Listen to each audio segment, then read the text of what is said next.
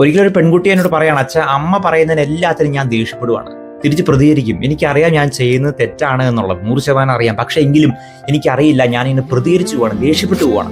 ഒരു പബ്ലിക് മീറ്റിങ്ങിനിടയ്ക്ക് ഒരു അമ്മ ഒരു പയ്യനോട് എന്തോ പറഞ്ഞു, അവനത് ഇഷ്ടപ്പെട്ടില്ല. അവൻ പരസ്യമായിട്ട് അമ്മേനെ ഷൗട്ട് ചെയ്യണം. ഒരു പയ്യൻ പറയാണ്, അച്ഛാ എൻ്റെ അമ്മയ്ക്ക് ഒരു ബോധവുമില്ല, വെറും മണ്ടിയാണ്. ഇപ്പോഴുള്ള കുട്ടികളെ എനിക്ക് പറയാനുള്ളത് നിങ്ങളോടാണ്. ഒരുപക്ഷെ നിങ്ങളുടെ ഈ പ്രായത്തിൽ നിങ്ങൾക്ക് തോന്നാം, ഒരുപക്ഷെ ശരിയായിരിക്കാം, നിങ്ങളുടെ അത്രയും വിദ്യാഭ്യാസം നിങ്ങളുടെ അപ്പനും അമ്മയ്ക്കും ഉണ്ടാവില്ല. അതുകൊണ്ട് നമുക്ക് ഇവർ പറയുമ്പോൾ ഒരു കുറച്ചിൽ തോന്നാം, അല്ലെങ്കിൽ മിണ്ടാതിരിക്കും, എന്ത് ലോജിക്കില്ലാത്ത വർത്തമാനമാണ് പറയുന്നത്, അപ്പോൾ നമ്മളിങ്ങനെ പ്രതികരിക്കാം. കുട്ടികളെ ഞാൻ നിങ്ങളെ ചലഞ്ച് ചെയ്യുകയാണ്. നിങ്ങൾക്ക് മനസ്സിലാവാത്ത കാര്യം പറഞ്ഞാലും ഇഷ്ടപ്പെടാത്ത കാര്യങ്ങളൊക്കെ പറഞ്ഞാലും അപ്പനും അമ്മയും പറയുന്ന കാര്യങ്ങൾ നിങ്ങൾക്ക് അനുസരിക്കാൻ പറ്റുമോ? ഒരുപക്ഷെ പല കാര്യങ്ങളും നമുക്ക് മനസ്സിലായിക്കൊള്ളണമെന്നില്ല. ഇന്നത്തെ സുവിശേഷത്തിൽ രാത്രി മുഴുവനും അധ്വാനിച്ച് മടുത്ത് കയറി വരുന്ന പത്രോസ്, ഈശോ പറയാണ്, നീ ഇച്ചിരി ആഴത്തിലേക്ക് മാറ്റിയെന്ന് വലയിട്ട് നോക്കി. പിന്നീട് കാണുന്നത് എന്താണ്? അത്ഭുതമാണ്.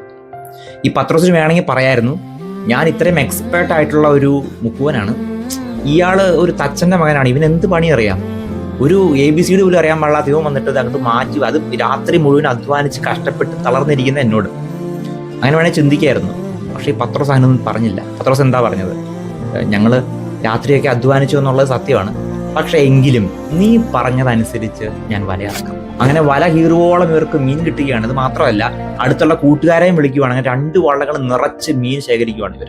കാനായിലെ കല്യാണ വിരുന്നിൽ വെച്ചും ഇതുപോലെ ചോദിക്കായിരുന്നു. വെറും പച്ചവെള്ളം നിറച്ചിട്ട് അവൻ പറയാണ് കൊണ്ടേ കൊടുക്കാനായിട്ട്.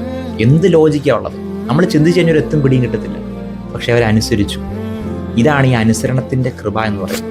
നമ്മുടെ അധികാരികളായിക്കൊള്ളട്ടെ, അധ്യാപകരായിക്കൊള്ളട്ടെ, മാതാപിതാക്കളായിക്കൊള്ളട്ടെ, നിങ്ങൾ അനുസരിക്കുമ്പോൾ നിങ്ങൾ പിന്നീട് കാണാൻ പോകുന്ന അത്ഭുതമാണ്. നിങ്ങളുടെ ജീവിതത്തിൽ കൃപകൾ നിറയാൻ തുടങ്ങും. അതിൽ ഈശോ പറഞ്ഞത് അനുസരണം ബലിയേക്കാൾ ശ്രേഷ്ഠമാണെന്ന് പറയുന്നില്ല. അനുസരിക്കുമ്പോഴാണ് കൃപയൊഴുകുക.